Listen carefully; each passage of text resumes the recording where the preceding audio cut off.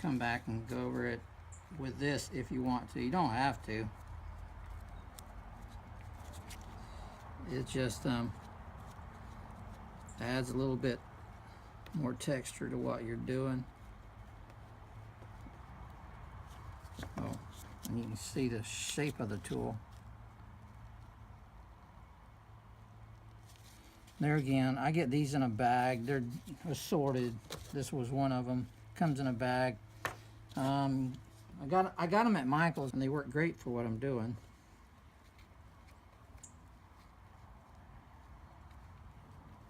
Now, if I find an area I think is too thin, which I do on that there,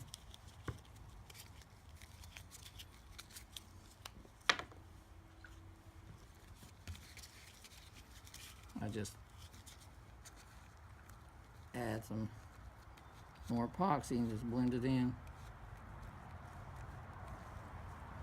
Go back to what I was doing.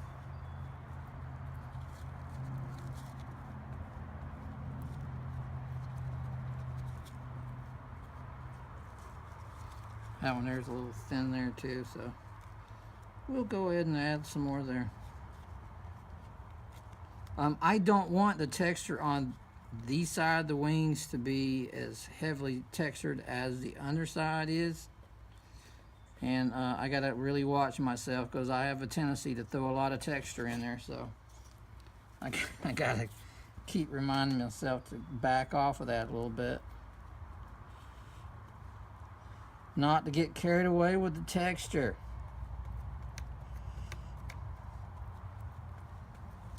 All right, now we got to come back in and start working this here, the texture in. And it's pretty simple, really. Just as long as you, like I say, keep plenty of water or alcohol on the epoxy. That way when you're cutting it like this, you can get good clean cuts.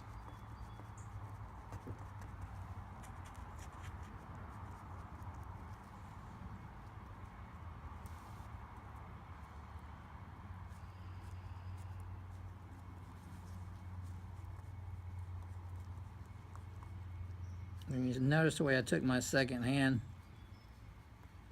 to help balance the other one. That way you're just not kind of like hanging out here nowhere. For me, it certainly helps. You can try it and see if it works for you or not.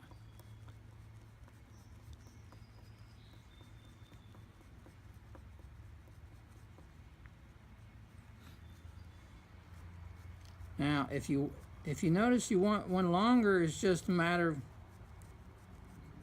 pulling the product over.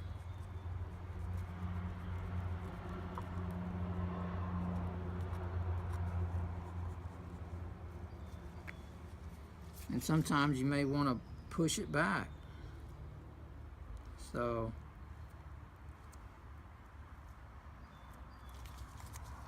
because when you're cutting your lines this way, you'll definitely be pulling on your product and dragging it out there. On the edge here, this is how I do it. I just put another tool underneath there. You see it wanting to stick to it.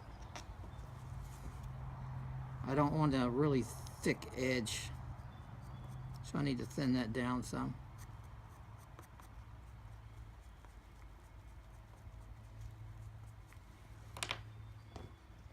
Then check out your reference, see what they got going on there, but there again, make sure you're looking at it correctly.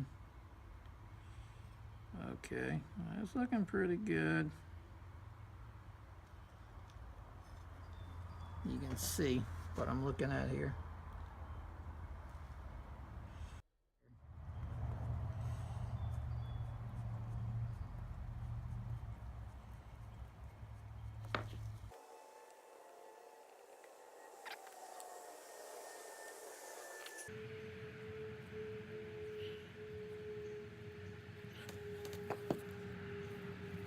What I'm doing under there is I'm looking at the angle of the feather, the side that's done, and that way I know where I need to drag this out to.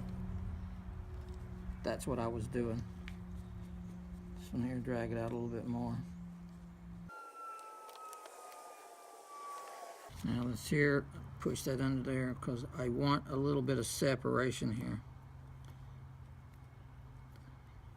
When you first put your epoxy on there,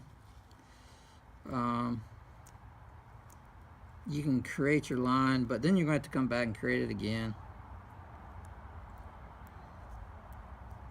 because it's pretty soft right at this stage. Now once it starts setting up some, it'll stay where you put it. But you see, I don't really let that bother me. I can just go right back in and create my texture.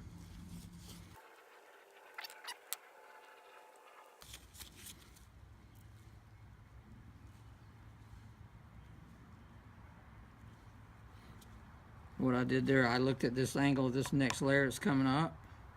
This here was getting a little wide. So I just pushed it down and cut some of that off and pushed it in on top of the other feather. Because it needed some anyway, it was a little thin there. So I just went ahead and used that to my advantage.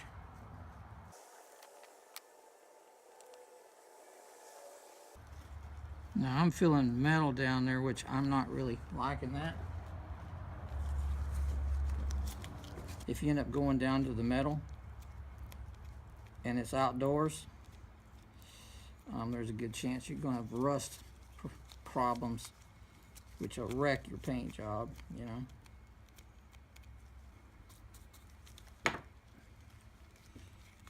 That's another reason, like one of the prior videos in this playlist where I talked about creating a hard shell and why I like a hard shell.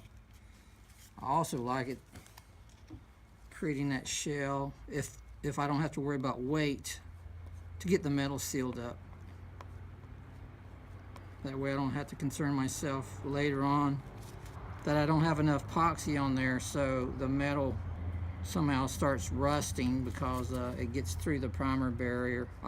I'm certainly going to use epoxy primers and stuff on this here before I paint it to seal it up. I'm still feeling that metal there, so right there it is, as a matter of fact. So we're going to push some back up there.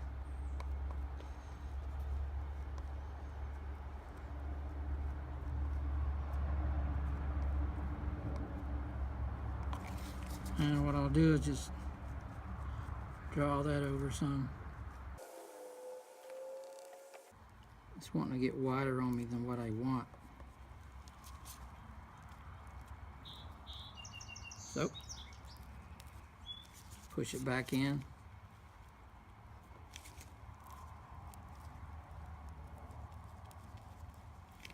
You notice I really don't let that bother me that I have to go back over it again.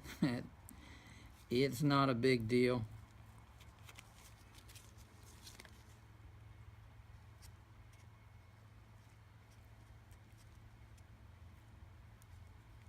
Yeah, don't ever feel like you can't go back over your work.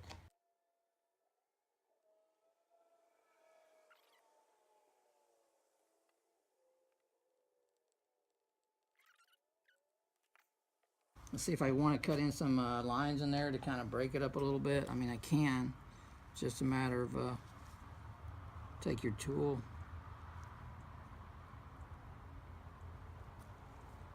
You can open it up.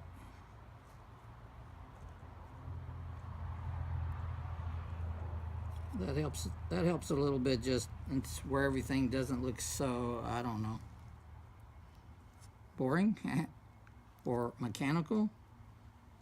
But you can just kind of add some of these here and there.